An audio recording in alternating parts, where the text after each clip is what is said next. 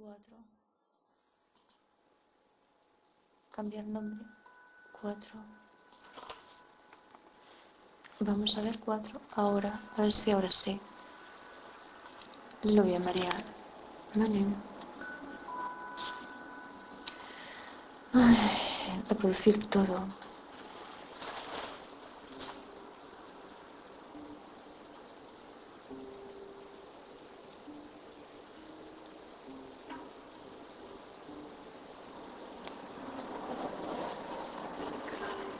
Domingo 19 de mayo del 2013. Asunto inédito.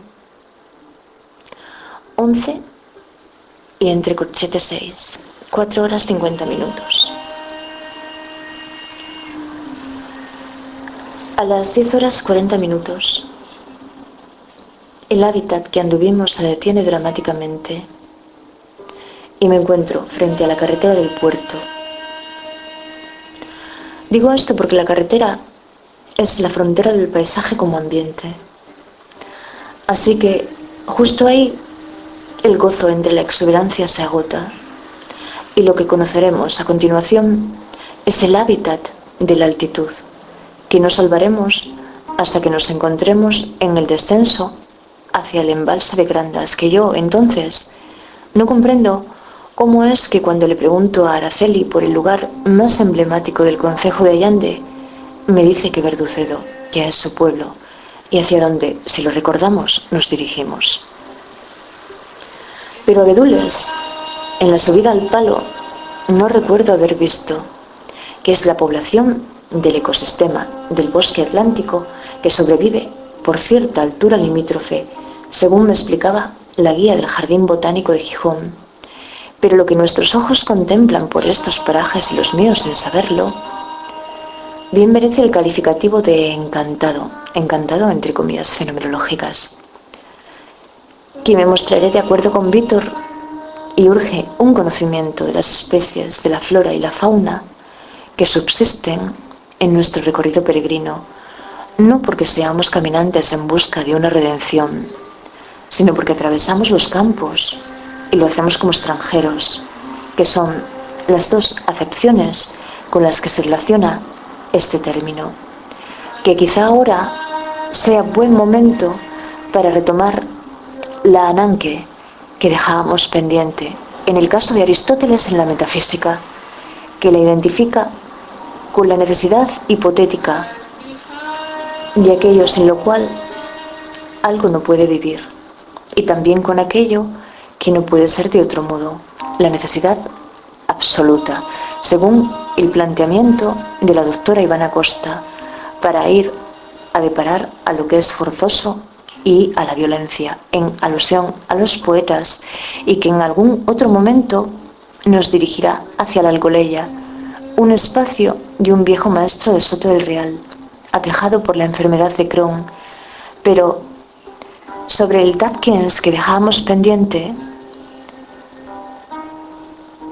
vengo haciéndome preguntas desde que abrí los ojos al amanecer, porque cuando nos sugiere que no pensemos como humanos, sino que nos pongamos en el caso de los genes, es decir, que empaticemos con ellos, que sobreviven universalmente a través de los organismos que los transportan, y ahora también a través de las bibliotecas.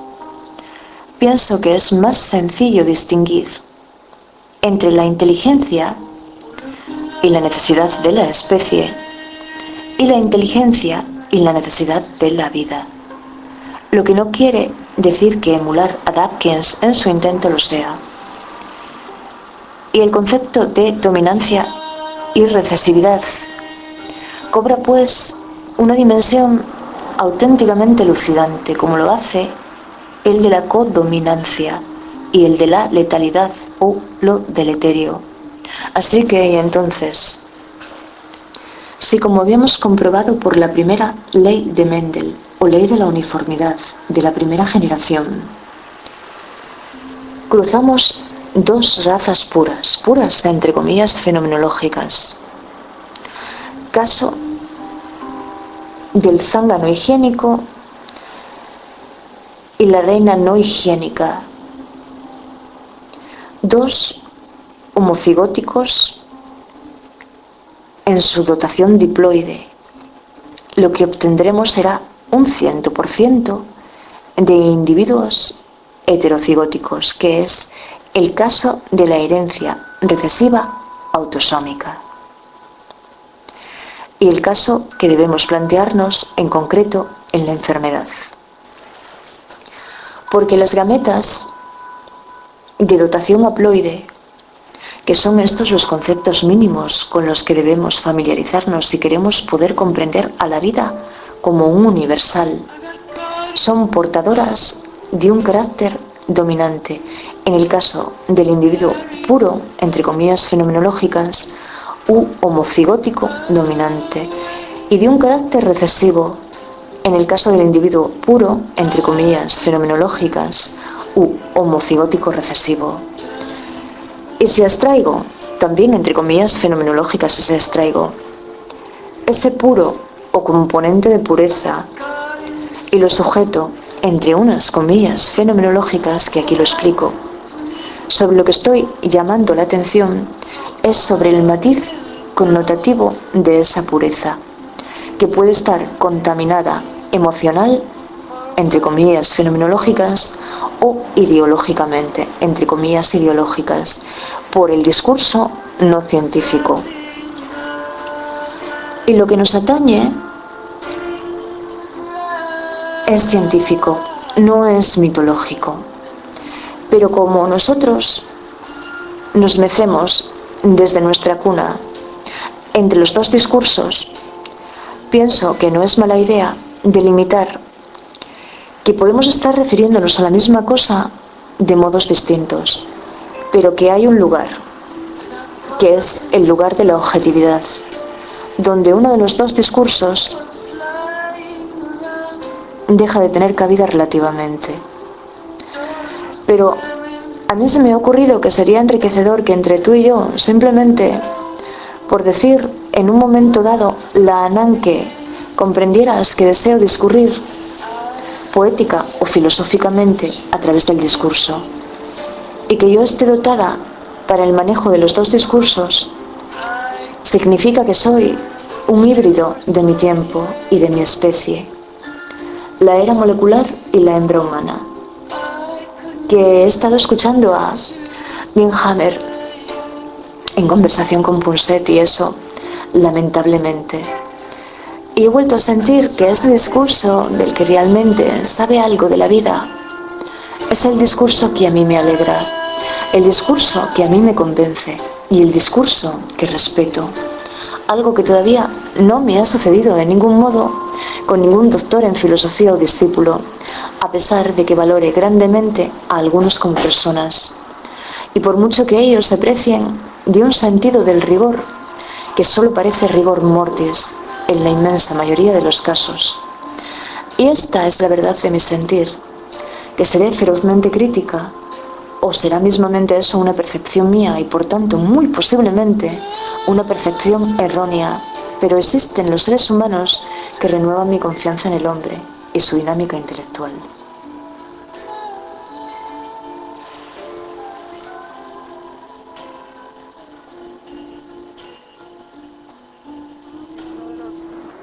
Más bonitos del Camino de Santiago de Primitivo y que encima estamos encantados de recibir peregrinos. Ah, genial. ¿Y qué te llamabas? Cristina Rojo. ¿Y qué vas a hacer el camino? ¿En qué fechas? En junio, a finales de junio. ¿Y si hubiera un camino nuevo, tú lo harías, por ejemplo? Tendría que hacer primero el primero para luego ir experimentando los demás. Genial, bueno, pues tú ya sabes dónde encontrarme, ¿vale? Escríbeme cuando quieras y cuéntame las cosas de tu pueblo. Muy bien. ¿Vale? Tras el amable encuentro con Cristina en el árbol del supermercado donde me compré la comida.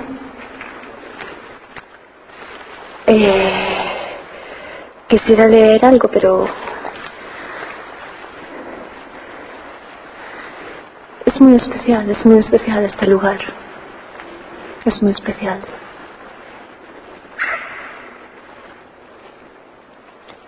Verdaderamente la historia no lo sé. Creo que este es el mausoleo de... Tiene la colegiata y luego tiene allá arriba, que es un cementerio que también tiene la El del colegiata. Tejo. Sí, yo es que lo conozco, claro, porque soy asturiana. Sí. Y luego por ahí, pues ahí arriba tiene aquella cascada.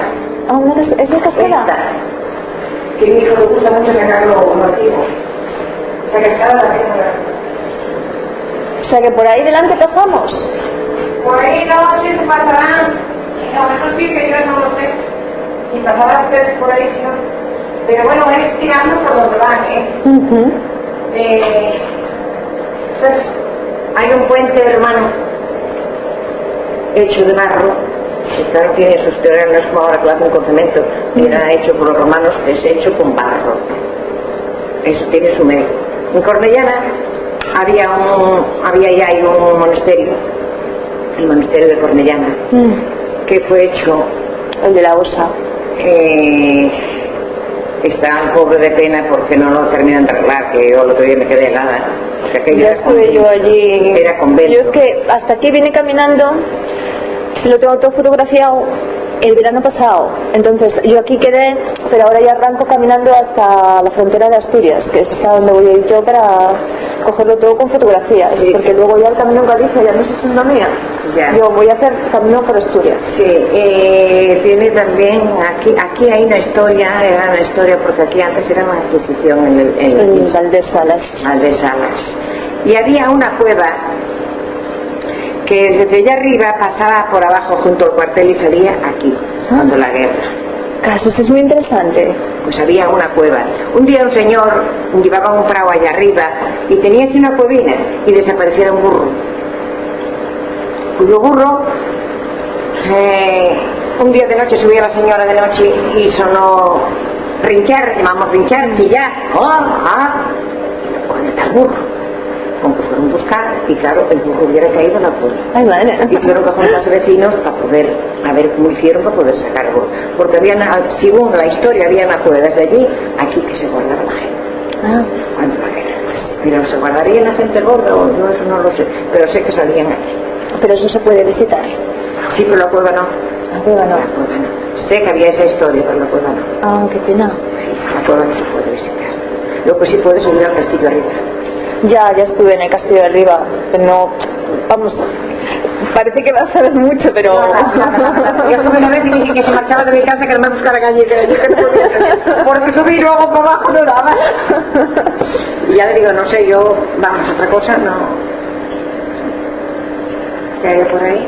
¿Y aquí en Salas qué comemos cuando vengamos? Aquí comen de todo. Ahora mismo estoy echando un pote de berzas. ¿Aquí el menú? Aquí el menú, pote de berzas. Sopa, pote de berzas, macarrones, lomo, pescado, pechuga de pollo.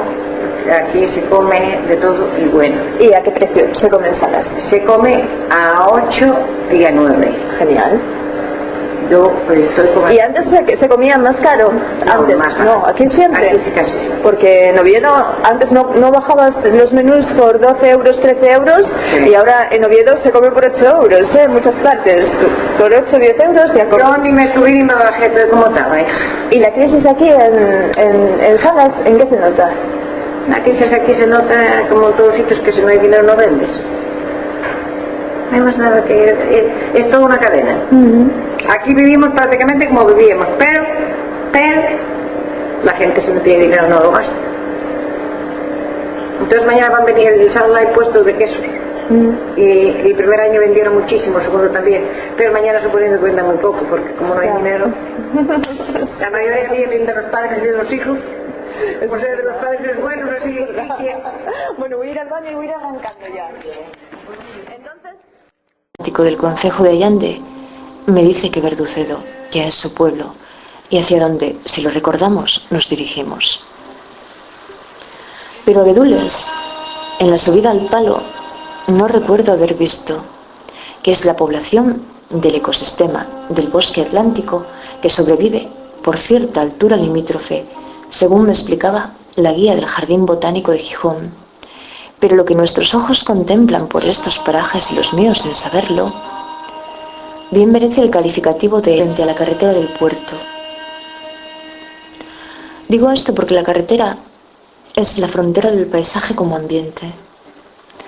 Así que justo ahí el gozo entre la exuberancia se agota y lo que conoceremos a continuación es el hábitat de la altitud, que no salvaremos hasta que nos encontremos en el descenso hacia el embalse de Grandas, que yo entonces no comprendo cómo es que cuando le pregunto a Araceli por el lugar más emblemático. Domingo 19 de mayo del 2013. Asunto inédito.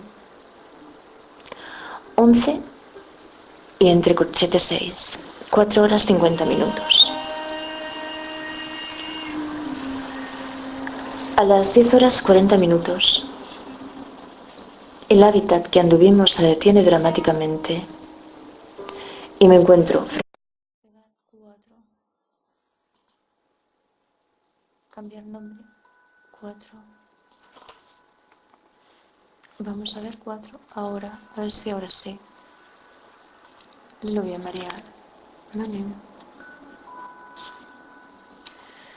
Ay, reproducir todo.